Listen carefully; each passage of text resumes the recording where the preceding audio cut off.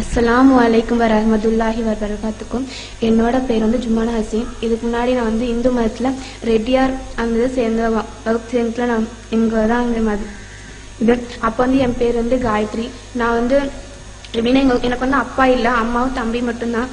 என்னை +2 வரையும் படிக்க வச்சது எங்கள் தாத்தா மட்டும்தான். அடுத்து நான் 10th வரையும் எங்கள் ஊரில் தான் படித்தேன். எனக்கு ஒரு எங்க மதம் தான் அப்படிதான் தெரியும். எனக்கு எங்க மதம் மட்டும்தான் இருக்கு. இப்படி இஸ்லாம் அதெல்லாம் எனக்கு எதுவுமே தெரியாது.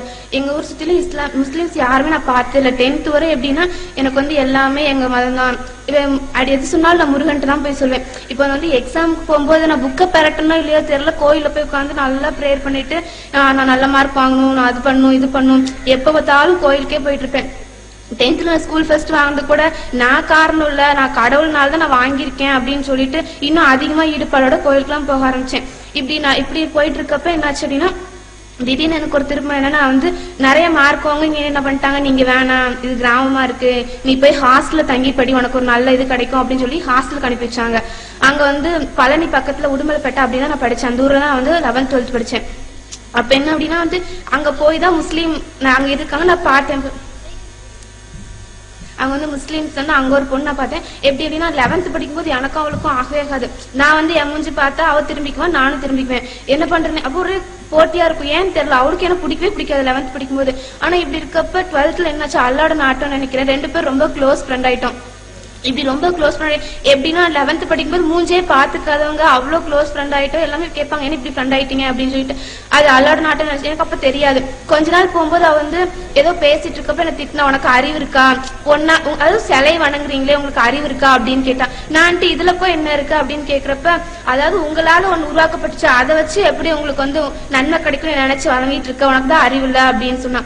இல்ல நீ ஏதோ பொய் சொல்ற அப்படின்னு சொல்லிட்டு அவனை இது பண்ணிட்டேன். நான் அப்ப சொன்னேன், நாங்களாவது எங்க கண்ணு முன்னாடி ஒண்ணு இருக்கு சேலைன்னு சொல்லிட்டு அதை வணங்கிட்டு இருக்கோம், நீங்க ஒண்ணுமே இல்ல, நீ ஒரு திசை பார்த்து வணங்கிட்டு இருக்கீங்க, என்ன சொல்றியா அப்படின்னு சொல்லிட்டு அவகிட்ட நான் அவளை இது பண்ணிட்டு போயிட்டேன். ஆனா அவ என்ன விடல, இல்ல நீ தப்பு பண்ற, சிலை வாங்க கண்டிப்பா நரகத்துக்கு போயிருவ அப்படின்னு சொன்னா. பரவாயில்ல போனா போயிட்டு போறேன், எங்களுக்கு இதான் தெரியும், வேற எதுவும் எங்களுக்கு தெரியாது அப்படின்னு அவ சொல்லுவா, நீங்க ஏதாவது நாங்க எங்க கடவுள்கிட்ட எங்களுக்கு ஏதாவது வேணும்னா துவா கேட்போம், கேட்டு அது நிறைவேறிடுச்சு அப்படின்னா நன்றி சொல்லுவோம். ஆனா நீங்க அப்படி இல்ல, பார்த்தாலும் போய் எனக்கு நல்லா இருக்கணும் நல்லா இருக்கணும், நல்லா இருந்தா கூட மறுபடியும் நல்லா இருக்கணும் கேட்பீங்களா தவிர எனக்காவது நன்றி சொல்லிருக்கீங்களா அப்படின்னு கேட்டா. நான் யோசிச்சேன், ஐயோ தப்பு பண்ணிட்ட மாட்டிருக்கேன் அப்படின்னு நினைச்சிட்டு அதிகமா கோயிலுக்கு போக ஆரம்பிச்சேன்.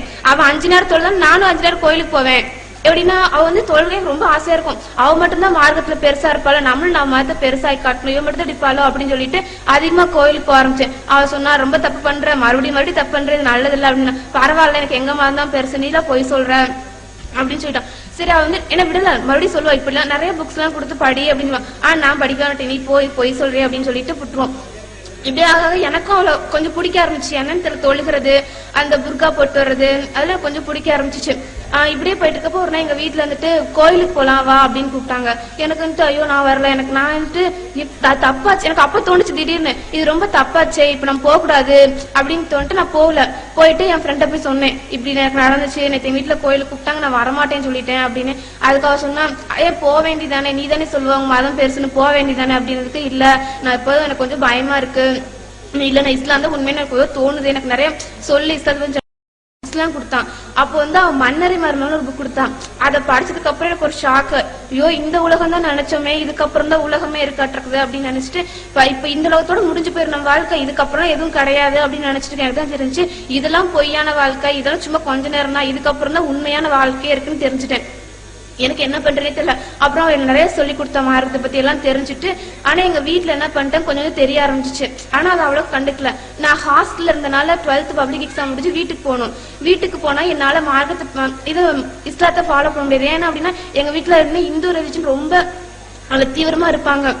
முஸ்லிம்ஸை பார்த்தவே அவங்க யாருக்குமே பிடிக்காது. ஏன்னா எங்க கிராமத்துல அப்படிலாம் இல்லை இல்லையா, அதனால முஸ்லிம்ஸ் தான் சுத்தமா பிடிக்காது.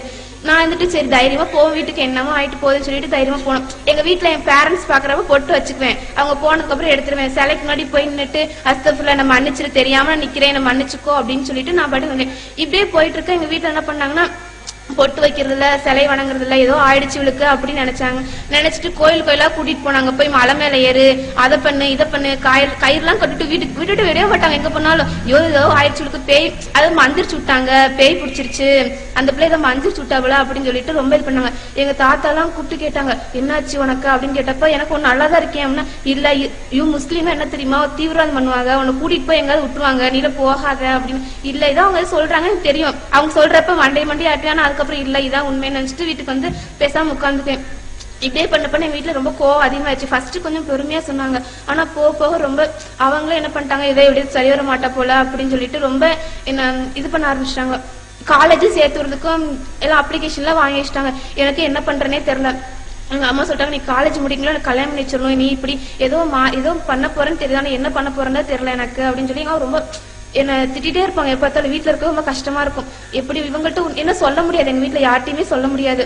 மாரத்தை பத்தி சொன்னா யாராவது எனக்கு கொன்னே போட்டுருவாங்க, என்ன பண்றேனே இப்ப அப்ப யோசிச்சுட்டு இருக்கப்பதான் திடீர்னு தோணுச்சு, நமக்கு வந்து அடுத்த நிமிஷம் நமக்கு மரணம் வரலாம், அந்த மரணத்துக்குள்ள நம்ம நேர்வழி அடையணும் அப்படின்னு எனக்கு தோணுச்சு. அப்பதான் எனக்கு நிறைய தெரிஞ்சவங்க மூலமா இந்த நம்பரை வாங்கி இந்த தாவா சென்டருக்கு நான் சேர்ந்தோம். ஆனா எங்க வீட்டுல அப்பயும் சும்மா விடல. எனக்கு நான் மைனர் தான், எனக்கு 17 வயசு தான் ஆகுது. அதனால என்ன பண்ணிட்டாங்க, என்ன யாரோ கடத்திட்டு போயிட்டாங்க, சுயமா எனக்கு முடிவெடுக்கிற இது இல்ல, யாரோ மனசை மாத்தி இஸ்லாம் இழுத்துட்டாங்க அப்படின்னு சொல்லிட்டு கேஸ் போட்டாங்க. அப்ப அங்க கோர்ட்டுக்கு போன வாரம் தான் போயிட்டு இருந்தோம். அப்ப என் அம்மா நிக்கிறா, தாத்தா எல்லாம் நிக்கிறாங்க. ஆனா எனக்கு இந்த சைடு அல்லா இங்கிட்ட அம்மா. ஆனா எனக்கு எதுவும் என்ன தெரிஞ்சுன்னா அல்லா தான் தெரிஞ்சான். ஏன்னா அல்லாதான் நமக்கு எப்போ வருவான், என் அம்மா அப்ப இங்கே போயிருவாங்க, அதுக்கப்புறம் வரமாட்டேன்னு தெரிஞ்சிச்சு. அப்ப ஜட்ஜு என்கிட்ட கேக்குறாரு, என்ன பண்ண போற அப்படின்னு சொல்லிட்டு நான் தாவா சென்டருக்கு தான் போவேன், அம்மா முக்கியம் இல்ல அப்படின்னு சொல்லிட்டு அவங்கள்ட்ட நான் மூஞ்ச கூட பாக்கல.